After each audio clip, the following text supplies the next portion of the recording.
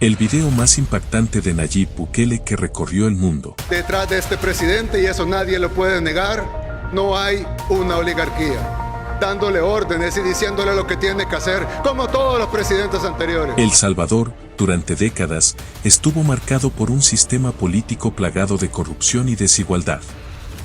Gobiernos anteriores estuvieron señalados por escándalos de desfalcos, enriquecimiento ilícito y abuso de poder. Las instituciones públicas eran vistas como herramientas para el beneficio de unos pocos, mientras la mayoría de la población sufría las consecuencias de la inseguridad, la pobreza y la falta de oportunidades. Los fondos destinados a la educación, la salud y la seguridad muchas veces terminaban en cuentas bancarias privadas, debilitando aún más las instituciones estatales.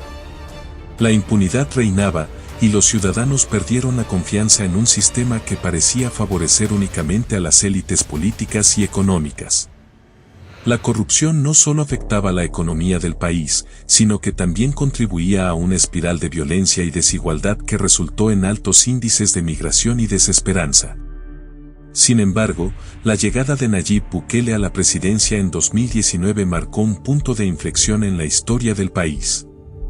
Bajo su administración, se han implementado medidas para combatir frontalmente la corrupción y devolverle al pueblo salvadoreño la confianza en sus instituciones. Se han realizado auditorías a gestiones pasadas, encarcelando a exfuncionarios acusados de malversación de fondos y estableciendo mecanismos de transparencia. Además, el gobierno de Bukele ha priorizado la seguridad ciudadana con iniciativas como el Plan Control Territorial, logrando reducir significativamente los índices de violencia y criminalidad. Hoy, El Salvador está experimentando un cambio sin precedentes. Aunque persisten retos, el enfoque en la lucha contra la corrupción y la inversión en infraestructura y programas sociales han devuelto la esperanza a millones de salvadoreños. El país ya no es visto como un símbolo de corrupción, sino como un ejemplo de cómo un liderazgo enfocado puede transformar una nación. La transición de un pasado oscuro a un presente prometedor es un recordatorio de que, con voluntad política y el respaldo ciudadano, es posible construir un futuro más justo y próspero para todos. La oligarquía perdió su última oportunidad de controlar el poder formal en nuestro país. Detrás de este presidente, y eso nadie lo puede negar, no hay una oligarquía, dándole órdenes y diciéndole lo que tiene que hacer, como todos los presidentes anteriores. Nunca más vamos a regresar al sistema que por 2 siglos nos hundió en la delincuencia, en la corrupción, en la desigualdad y en la pobreza.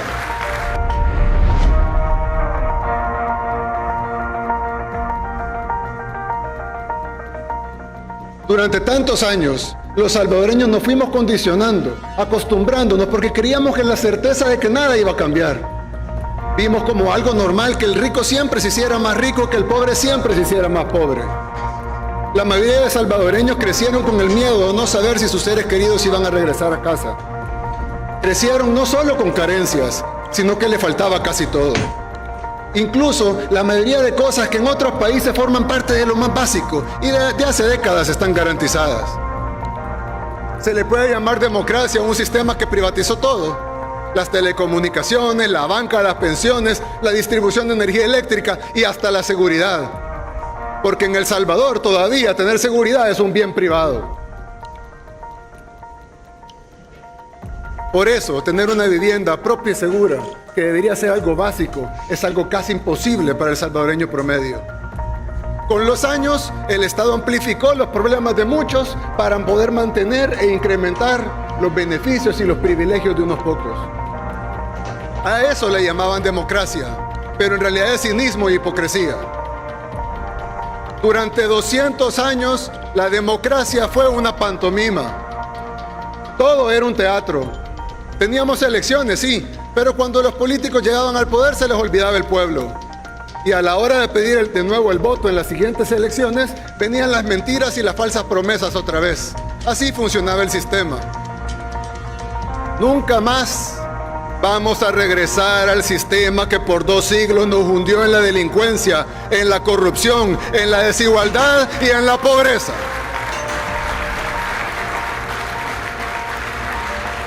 Nunca más No se hagan ilusiones.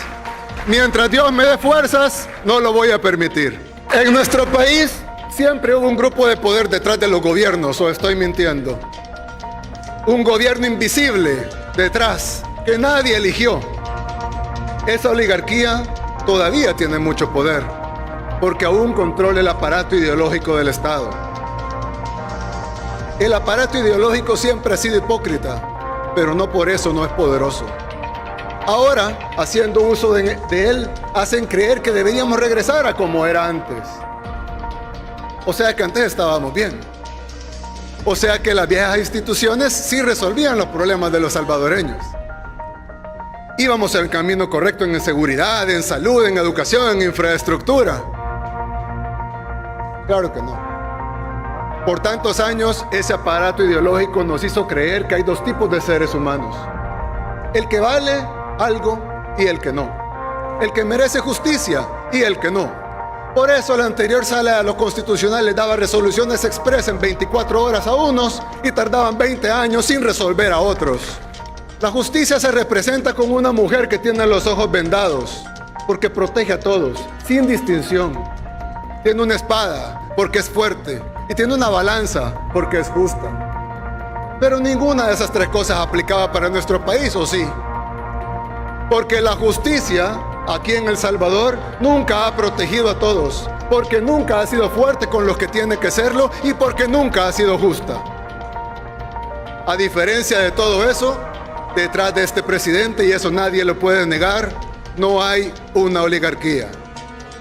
No hay juntas militares y mucho menos una comandancia guerrillera dándole órdenes y diciéndole lo que tiene que hacer, como todos los presidentes anteriores.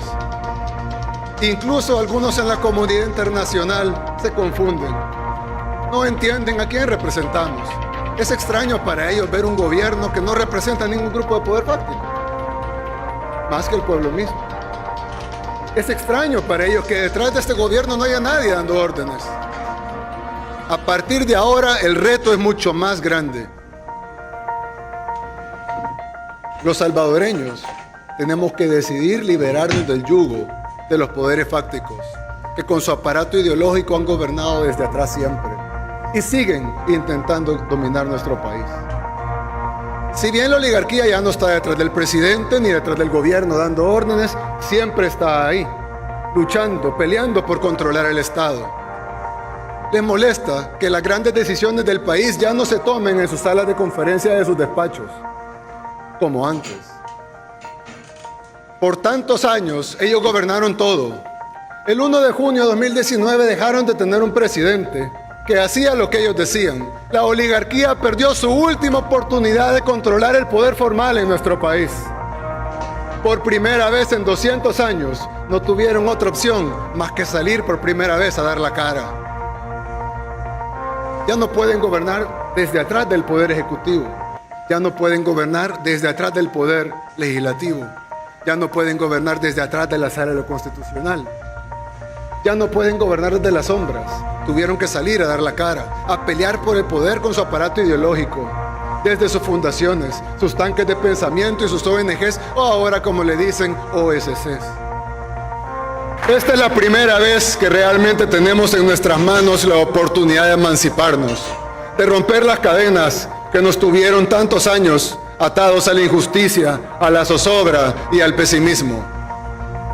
Por primera vez en nuestra historia, los salvadoreños realmente estamos tomando las riendas de nuestro propio destino. Este destino inexorable que tardó 200 años en llegar. Probablemente los que hicieron las calles se robaron el dinero de la calle. Le voy a pedir, ministro, que desmantele ese monumento, por favor. No, la gran ventaja de esto es que la población sabe que lo que estamos mostrando es real, porque muchísima de la población utiliza estos hospitales. Tuvieron una década, ¿cómo podemos dejar eso así? Es que la gente me dice, presidente, no se enoje cuando hable, pero ¿cómo no se va a enojar uno cuando uno ve eso? Es que si uno no le causa indignación, no tiene sentimiento. Eso es. Son unos delincuentes. Vamos a poder empezar a hacer ese inventario y saber un estimado de cuánto vamos a tener que invertir para recuperar toda la infraestructura dañada, de que nuestro país pueda regresar a como estaba antes y mejor de como estaba antes, porque evidentemente si esas calles se cayeron como harina porque les cayó una lluvia, es porque probablemente los que hicieron las calles se robaron el dinero de la calle. Porque no es posible que una calle aparentemente moderna de 4 carriles y de repente venga una lluvia, aunque haya sido una lluvia fuerte, no fue un terremoto grado 9 como para que se desmoronara como que fuera harina. Se han dado cerca de 45 derrumbes en la carretera de Los Chorros. Hemos tenido 23 derrumbes en la carretera al Puerto de la Libertad, que de hecho es una carretera nueva y no se deberían de estar dando derrumbes. Lo que sucedió fue que cuando la construyeron no realizaron las obras de protección para poder evitar. ¿Se derrumbó la carretera nueva? La carretera nueva, la carretera del Puerto de la Libertad, 23 derrumbes tenemos, presidente, solo en esa carretera. Entonces, esa carretera la hicieron al final del gobierno. Así es, y esto es justamente porque no se contemplaron las obras de protección en los taludes, así como cuando, por ejemplo, le cambiaron el pavimento a la carretera de Los Chorros de asfalto a concreto hidráulico, tampoco realizaron obras de protección y hoy está que tenemos 45 derrumbes en la carretera de Los Chorros. Y eso es algo que nosotros ya hemos venido trabajando desde el inicio del gobierno. ¿Y qué hizo el ministro de Obras Públicas durante 10 años? No era el ministro de la Transparencia, el mejor ministro de toda la historia del país. 45 derrumbes en una calle. Creo que lo de la transparencia quedó más que todo en monumentos, presidente. Prácticamente ahí tenemos el bypass de la Libertad, por ejemplo. Monumento horrible, por cierto. Sí, así es. Le voy a pedir, ministro, que desmantele ese monumento, por favor. Es un insulto al pueblo salvadoreño. Así haremos, presidente. Nuestro pueblo no puede seguir viviendo en esta vulnerabilidad. Yo sé que cayeron 500 milímetros de agua de promedio, pero estoy seguro que en otros países cae esa cantidad de agua y no pasa lo que pasa acá. No se desmorona toda la red vial del país y se desmoronan las casas y caen a los ríos. Nuestro pueblo no puede vivir en esa vulnerabilidad y lo vemos en las colonias y residenciales buenas. A lo mucho han tenido problemas en el jardín o alguna gotera, pero no hemos visto casas que se hayan ido en la correntada. Aquí hay una clara desigualdad en la vulnerabilidad, en donde muchos vivimos en lugares totalmente seguros y hay gente que vive en una vulnerabilidad total en donde si se levanta el río se va a la casa. ¿Por qué toda la gente afectada es gente de escasos recursos? ¿Por qué? Si la lluvia ha caído en todo el país, es decir, las nubes no solo están en una zona. Evidentemente es porque se han permitido construcciones donde no se debió haber permitido o porque se desviaron las aguas a donde tal vez en gobiernos anteriores importaba menos, pero para nosotros no. Toda vida humana vale lo mismo. En el caso de la Nuevo Israel, estamos seguros que son 231 familias que debemos reasentar porque tienen daños grandes y que si siguen viviendo ahí van a volver a estar en esas condiciones. Lo mismo en la comunidad de Aguascalientes que fuimos a visitar con usted. Los desastres se deben a que han sido construidas en el cauce del río Salhuate. No se respetó la distancia para la zona de protección, o sea que aquí no había controles ni ningún plan de urbanización, absolutamente nada. La gente llegaba y también por sus escasos recursos se va a instalar a donde se puede instalar, arriesgando sus vías a la orilla de un río, sin respetar ninguna zona de retiro ni la zona de protección, que es un rango promedio de 30 a 50 metros que se tiene que tener en una zona a la orilla de un río o un riesgo. Eso no se ha respetado. Nosotros vemos las casas pegaditas a los ríos. Es que la misma necesidad ha hecho que nuestra gente se vaya a instalar a zonas de alto riesgo, pero lo más peligroso y lo más lamentable es que no ha habido una entidad que llegue a decirles, momentito, aquí no se puede estar.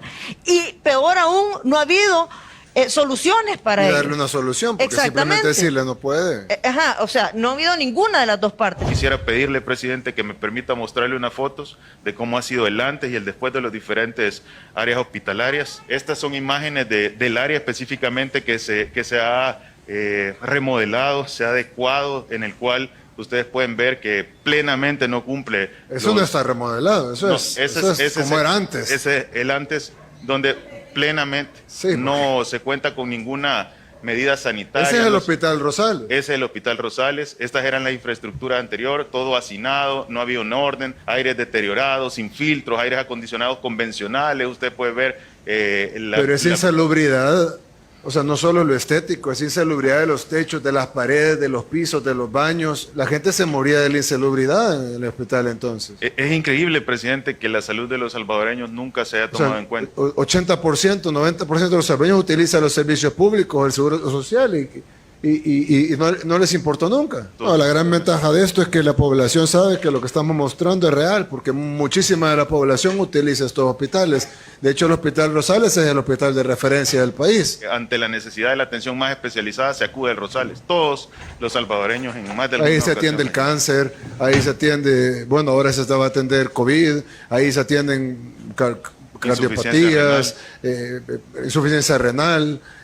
Bueno, la gente viene del interior del país a atenderse a este hospital que usted nos acaba de mostrar. Nos entregaron un hospital Saldaña sumamente deteriorado, un hospital que daba atención para enfermedades infectocontagiosas. Ese es el Saldaña. Correcto, presidente, como lo es la tuberculosis en el territorio. Ustedes pueden ver áreas totalmente destruidas. ¿Qué es eso? Esas son las áreas de espera de los pacientes, las cuales no cumplen ningún criterio, ninguna Pero ¿y cómo condición. no está presa toda esta gente? Esas son las series de... ¿Cómo pueden dejar eso así? Manejaron los mismos presupuestos que manejamos nosotros. No tenían crisis económica como tuvimos nosotros, tuvieron una década. ¿Cómo podemos dejar eso así? Es que la gente me dice, presidente, no se enoje cuando hable, pero ¿cómo no se debe enojar uno cuando uno ve eso? Es que si uno no le causa indignación, no tiene sentimientos.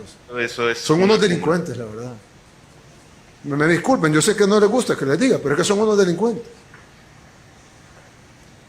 En esa imagen, presidente, en la anterior, podemos ver el pabellón de manejo de enfermedades infectocontagiosas llamada el pabellón Lucha, conocido por la mayoría de médicos que han pasado por este lugar y la mayoría de salvadoreños que tienen una enfermedad pulmonar. Ministro, por favor, presenten yo necesito quedarme en un expediente y lo presenten a la Fiscalía General de la República.